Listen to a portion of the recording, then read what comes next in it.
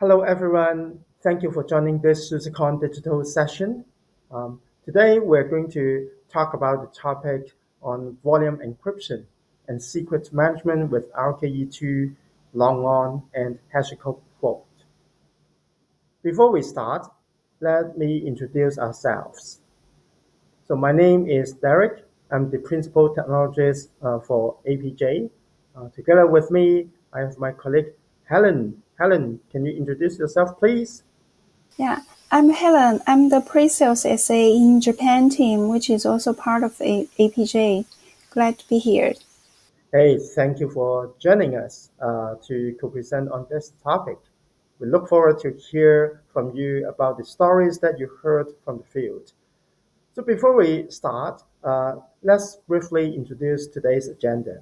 First, we'll explain why we choose this topic, why is it so important, and what it is all about.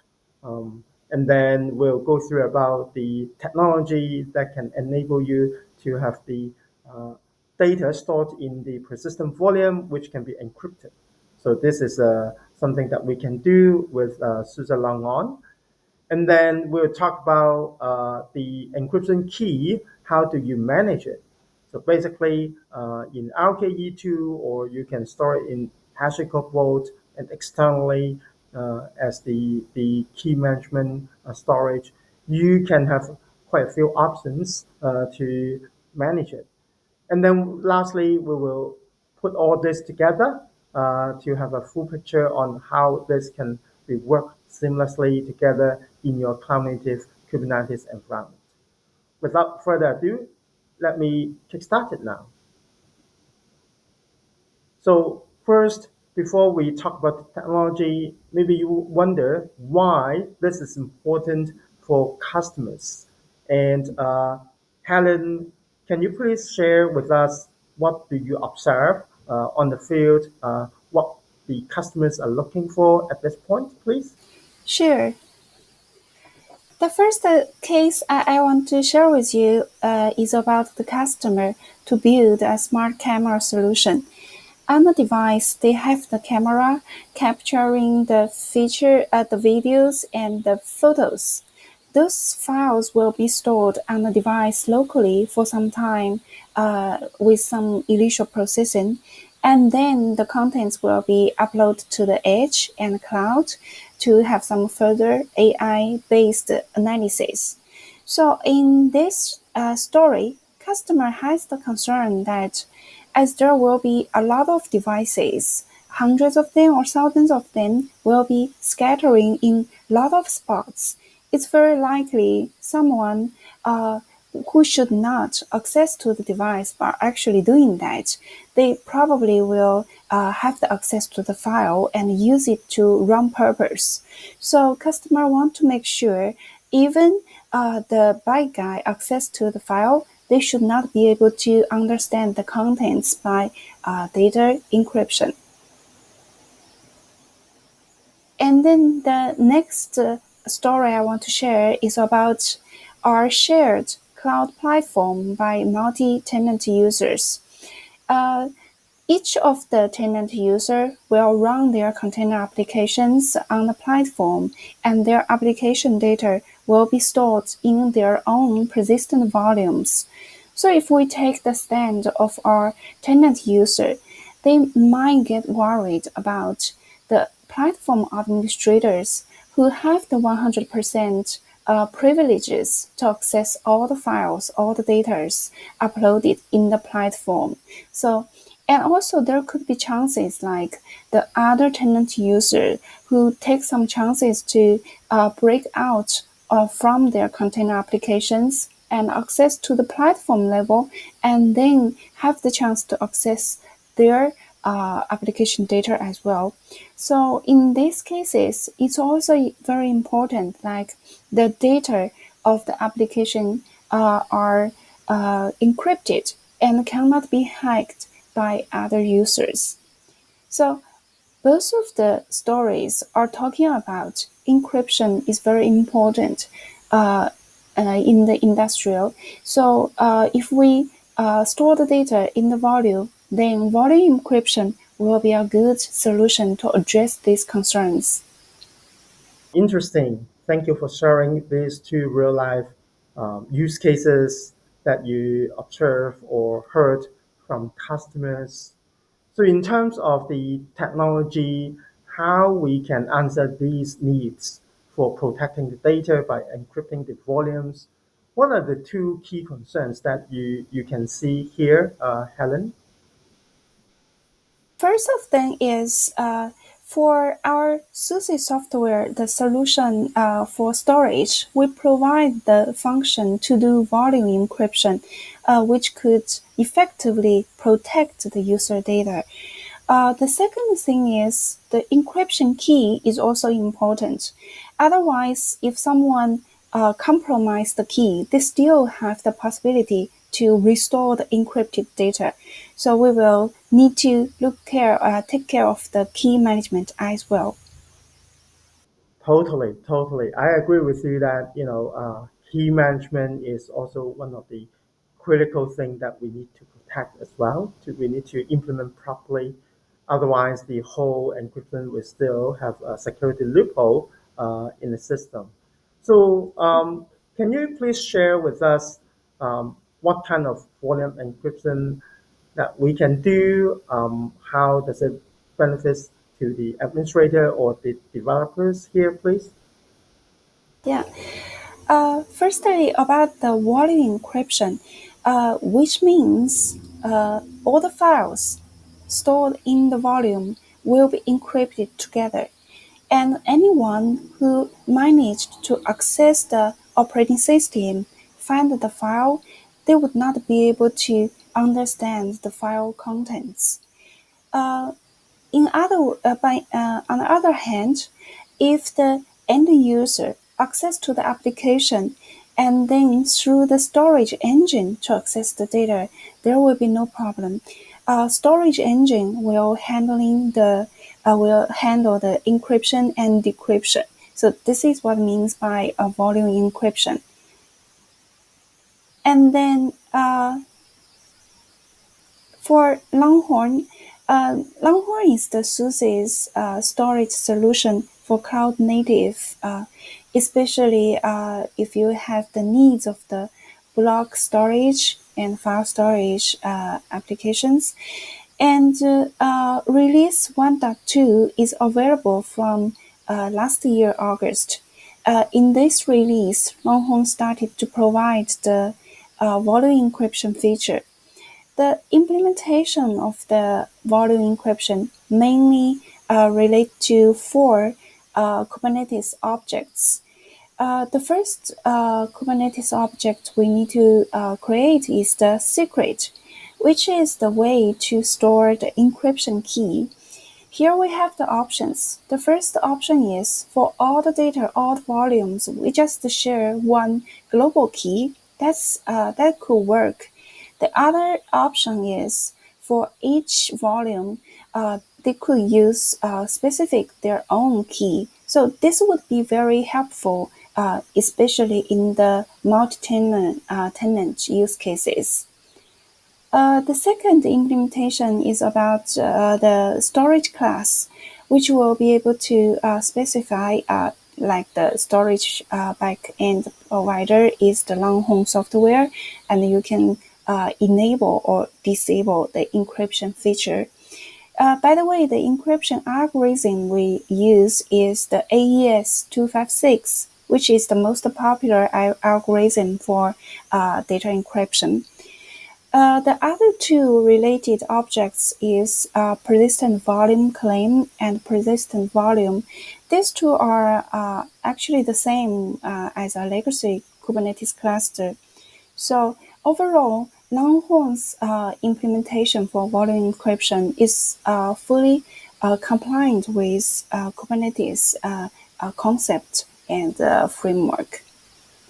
Wow, certainly. And indeed, as far as I know, the persistent volume part, they are using, the long one is using the encrypt library to encrypt all the volumes in the Linux file system. This is pretty good technology. So What about the other things? Can you share with us how it works here, please? Yeah, we will explain it by showing a demo.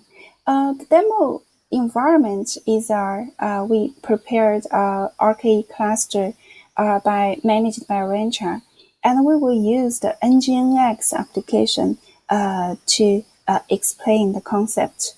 Here, each Nginx is a web server, and each of them are using their own persistent volume. To compare the effect of the volume encryption, here we set up 3 of the web servers, one using the unencrypted volume, the other 2 use the encrypted volumes, one with the global key, the other are using the per volume key. Okay, let's take a look. Yeah. From the actual GUI, firstly, let's look at the storage class. Here you can see 3 of them. The first one, Longhorn, this storage class will be available if you install Longhorn or by the default setting, which means by default there will be no volume encryption. And the other 2 settings are prepared for the demo purpose. And here you can find the important parameter. Encrypted is setting as value true, so which means encryption is activated. And the encryption key, here you say the volume is fixed, so which means all the volumes will just use the same secret. Another one is encrypted, activated as well, but the secret is a variable, which means each volume will have the secret key of their own, which is the same name of the PVC. So this is per volume key in volume encryption setting. And the 3 of the web server will have their own volume claim and their own volume. And then let's look at the web server themselves. They are the single port web server or in the running status. So let's look at the hello message from the web server. We will use the Ranger command line, just go inside to the port. So as we're inside, we can just use curl to have the localhost URL to access to the web server welcome message. And you can see this is the hello with the plain volume. The welcome message is actually a file stored in the volume, and you can confirm the file path and file contents by this. So it means like if it's not encrypted, you can correctly access the file content. There's no any problem. So the question is, how about the other 2 encrypted volumes? So we will use the same way here. We will go inside to the encrypted volume, the port, and we will use the curl command the same way. So once we have the welcome message, you can see they can still see the hello message with encrypted either global key or per volume key. So short summary is, no matter the volume is encrypted or not, the end user can always find the file contents. So the encryption is transparent to the end user. And then let's move to the Longhorn UI. From Longhorn volume type, here you see the 3 volumes. From the attached to column, you can make sure which volume is for which web server. And for the encrypted volume, you can see they have the icon as a lock, which means these volumes are in encrypted status. If we go inside the volume, the detailed information will tell you the volume is actually a file in the Kubernetes worker node. It's a folder, so we can access to the folder and check from the OS perspective how is the accessibility. So we access to the worker node device Longhorn path, and we can see the three volumes are there. From the number, the ID, you can confirm they are exactly the three volume in Longhorn UI. And let's first check the unencrypted volume. So from the number, we see it start from 8 something, and we will use the Linux strings command to check the file content. So we just search it, and you can find out quickly it have already get to the file content. So it's the path and the file name, and content is hello message. So this means if the volume is not encrypted, anyone with access to your operating system, they would have the chance to get into your data, which is not good. Here, to make sure that the result is more easily to understand, more neat, we can also apply a filter by command grep.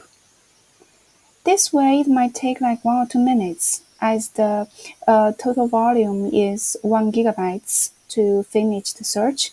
So during the time, we will try the other encrypted volume as well. So we just make sure any of the two encrypted volume. So same way, we will use the string to search the content. This time we will apply the filter directly and with the result.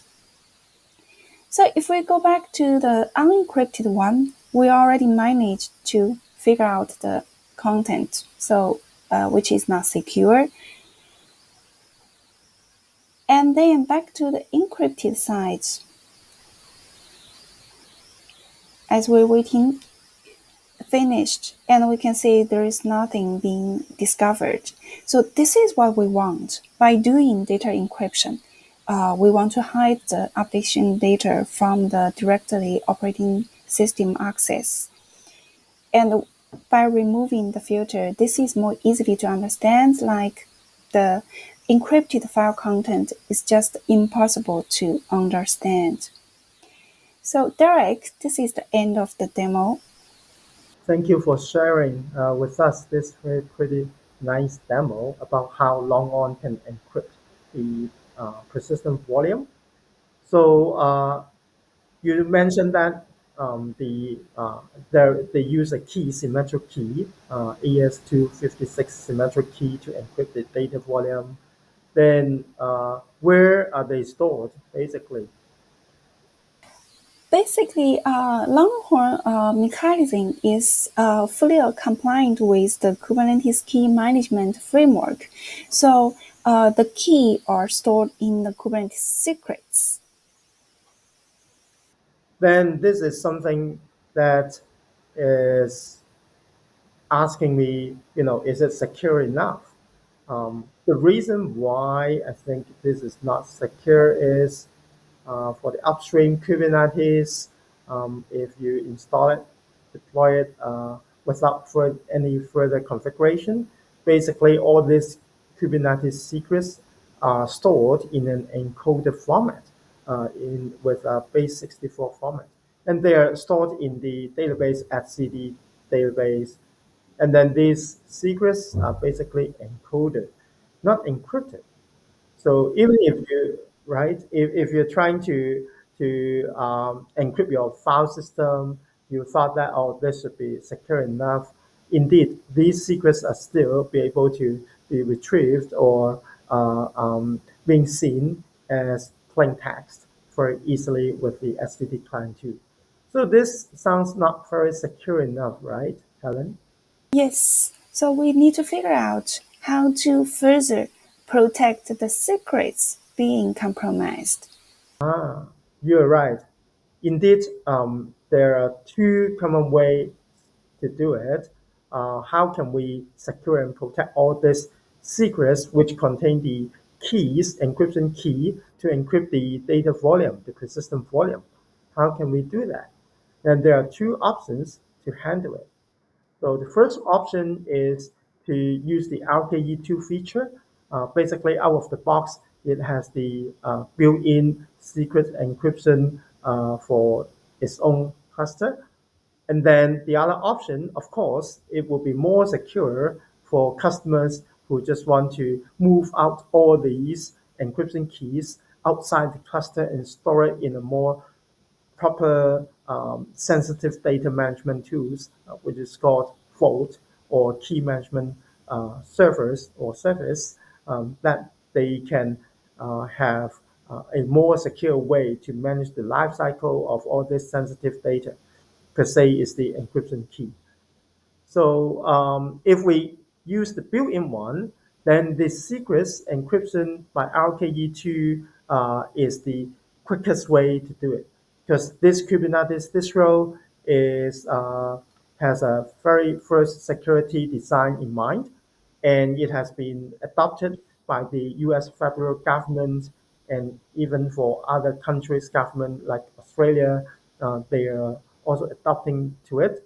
Out of the box, it supports the secrets encryption at rest with the KMS plugin, but they define the master key to encrypt the secrets, which contain all the sensitive data, including the keys, encrypting your volumes by Longhorn. The key is stored in the inside the control plane of the Kubernetes cluster over there in the RKE2 distro. So if we are looking for a quick solution out of the box secure way, and if you don't mind the key is stored inside the cluster, then this is also acceptable for a lot of organizations, including the governments. And then the nice part is it's integrated with Rancher, and so it can easily be deployed with this built-in option to encrypt the secrets out of the box. This is the first thing that we can do with the RKE2 to protect all the secrets which contains all the encryption key within your own cluster. But if you're more demanding, then you have a more stringent security requirement where these keys should also be centralized and handled properly. Then we also got the solution for that. Let's take a look at this. Before I talk about the entire solution, the first thing that we need to handle is about the key management service server. Basically, it should be centralizing all your management of the sensitive data in your organization, uh, including, of course, the persistent volume encryption keys used by Longhorn. But there are many other things, like it could be your database connection strings, it could be your SSL certificates, it could be all your password used to uh, authenticate into certain systems, things like that. So you can have all this KMS, what the key management service as a device to store all and manage all this sensitive data. Um, so Hashicorp Vault, if you're talking about the on-prem solution, then this is the one which is using the built-in key management interoperability protocol or KMIP as a standard to secure and encrypt your data in the storage system. There are similar offerings by the public cloud providers. They have their own way to handle the keys as well using their KMS service. So once you have this in place, then how can you integrate with the RKE2 or Kubernetes? Then we in Kubernetes, it has a KMS plugin, key management service plugin, where you can define how your secrets be encrypted or decrypted with your chosen algorithm and your chosen way to do it. So if you want to integrate with Hashicorp Vault out of the box, if you're not using the KMS plugin, there are many ways to do it provided by Hashicorp Vault. You may want to integrate with uh, with the way of sidecar or with the agents that you have in your system, in your application to to handle all these sensitive data that are stored and managed by Hashicorp Vault. But there's one more key component that we can use, which is provided by OnDat as an open source project called Trousseau. Trousseau basically is the KMS plugin provider to help you to store and access your secrets, the keys in Kubernetes in the native way with any external KMS provider, like the Hashicorp Vault. So with the Hashicorp Vault, you can define your master key as a transit key at there, and then through the configuring the on that Trousseau to talk to this Hashicorp Vault, then your transit key stored at the Hashicorp Vault will then be used to encrypt and decrypt all data stored in the SCD part of your Kubernetes cluster. So this is the components that you can put together to configure it into your Kubernetes cluster to protect your uh, data stored in the SCD database. So because of the time limitation, we can't do a full demonstration to it. But the best part is you have the hands-on lab on demand with this website link on that .io Trousseau. You can feel free to uh, visit this website to understand this technology better. And remember to try it out the hands-on lab if you are interested to learn more how this works in the real life. So in short, if I put all this together, I'm using one of the use cases that Helen mentioned earlier. Then this is the diagram that you will be able to see. We have the centralized key management server as a Hashicorp Vault sitting alongside in the same data center with the RKE2 cluster. So the RKE2 cluster has been reconfigured, not using the built-in encryption algorithm, but using the KMS plugin with the OnDat Trousseau as a backend to connect with this Hashicorp Vault to protect all the secrets stored in this RKE2 Kubernetes cluster. So whenever the Longhorn enable the volume encryption feature, all the keys that it will be used will be stored in this secured SCD, which is further protected by the key from the external Hashicorp Vault. Through this way, then even if the administrator has access to its post level of any worker node in the RKE2 cluster, without the master key, then which is stored externally in the Hashicorp Vault, these administrators are unable to have a sneak preview of what their tenants' data is, which gives the tenants more confidence in storing their data in this multi-tenancy environment. So this is one of the examples how we can put all these technologies together to solve the problem of protecting the data in the multi-tenancy environment or even in the camera solution area in a similar fashion. So to recap what we have shared today, here are some best practices that we are pitching here. So the first thing is the storage encryption in Kubernetes. Actually, you can control it with the symmetric key. This key, you can do it in a global basis, in the cluster-wide basis. You can use the same key to encrypt every volumes stored in your Kubernetes cluster, or you can choose the other way. Every volume will then be used its own unique encryption key to encrypt your data. It really depends on the use case that you have. And then all these keys, remember, they will be stored in the secrets of the Kubernetes, which by default is not encrypted. So we need to rely on the KMS plugin framework, the backend provider, to encrypt all these secrets so that they are stored also in encrypted at rest. So to achieve that, we have two options, remember. First is the RKE2, which can help you to have the built-in encryption with the symmetric key stored in the file system of the control plane. It can be configured to encrypt all your secrets in the SCP database. But if you want to move out those keys used to encrypt the secrets, you can also leverage the Hashicorp Vault or the on-net Trousseau to do it, to make sure all these keys used to store the secrets are not accessible by your Kubernetes administrator and is safely managed through the KMS, through the key management services like Hashicorp Vault. So these are the best practice that we'd like to share with you. If you want to look further information, you can check out all this documentation that we provide. And indeed, in the on that Trousseau, it also comes with a specific uh, um, instructions how you can configure it with the RKE2 to integrate with the Hashicorp Vault as well. So that's the end of our presentation. Thank you for attending this session.